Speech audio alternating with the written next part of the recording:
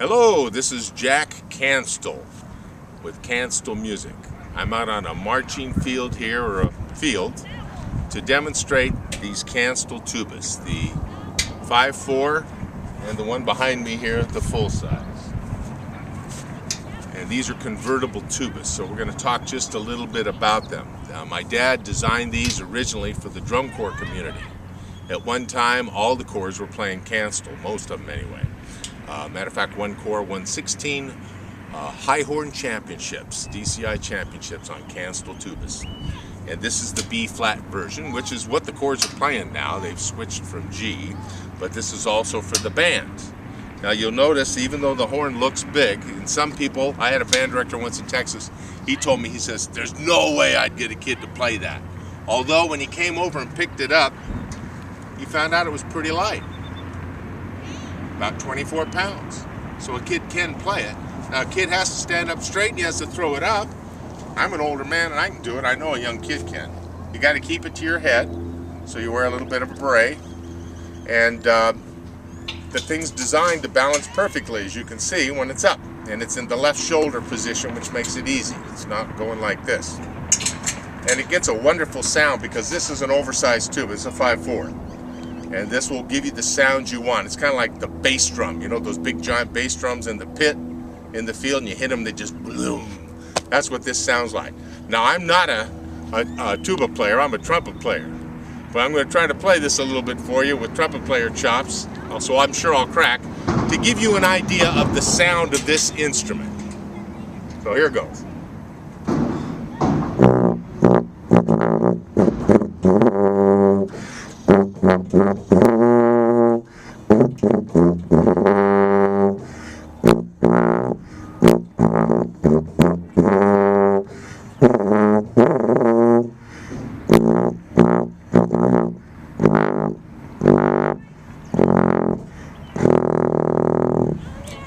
Takes a lot of air to play a tuba, I gotta tell you. Now, when the kids are playing this in a parade, let's say, you say, well, how can my kid handle this tuba? Well, he can, because he carries it like this. So he's marching down the field and he carries it like this. But when he's ready to, drum major blows the whistle, they put it up, he puts it here, and then up. As long as the kid stands up straight, which is good for playing posture, and puts it to his head so he wears a beret instead of a shako, he's got it.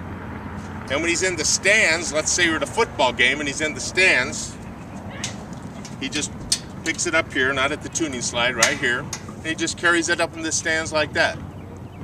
And then you make sure he sits in the back row, and he's got a row behind him because this goes behind him. You got some metal back there. But as you can see by the sound that this produces, this will produce a lot more sound than like a sousaphone. So it's a much better way to go. That's why my dad designed it originally for the chorus, which helped to give them the sound they've got. Now what you see behind me here is the full size. And if you feel your kids can't handle the oversized, we have high school kids play this. We have Japanese girls play the bugle version of it. In G, that's a minor third lower, so it's even bigger, and they're only 5'2", but it can be handled. So behind here is the full size, that's about 19 pounds. It's in the convertible position for the concert, which this will do too.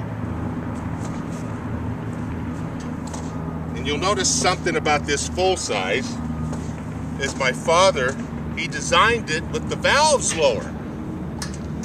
And what that means, on the full size or the oversized version, the valves are here, where you'd expect them. But on this full-size version, he put the valves down here. The reason for that is so a small kid, middle school kid, can play the full-size instrument. A lot of times they go to a 3/4 size because they can't reach the valves. But as you can see, if the kid sits here in his lap, he can reach the valves. And so now you've got a concert instrument as well as a marching instrument that a younger kid could play, and it'll just produce a beautiful sound. Here again, I'll play a little bit of this one to give you an idea of what it sounds like. It won't sound like that one, but it still sounds good. Got to get my pitch centered.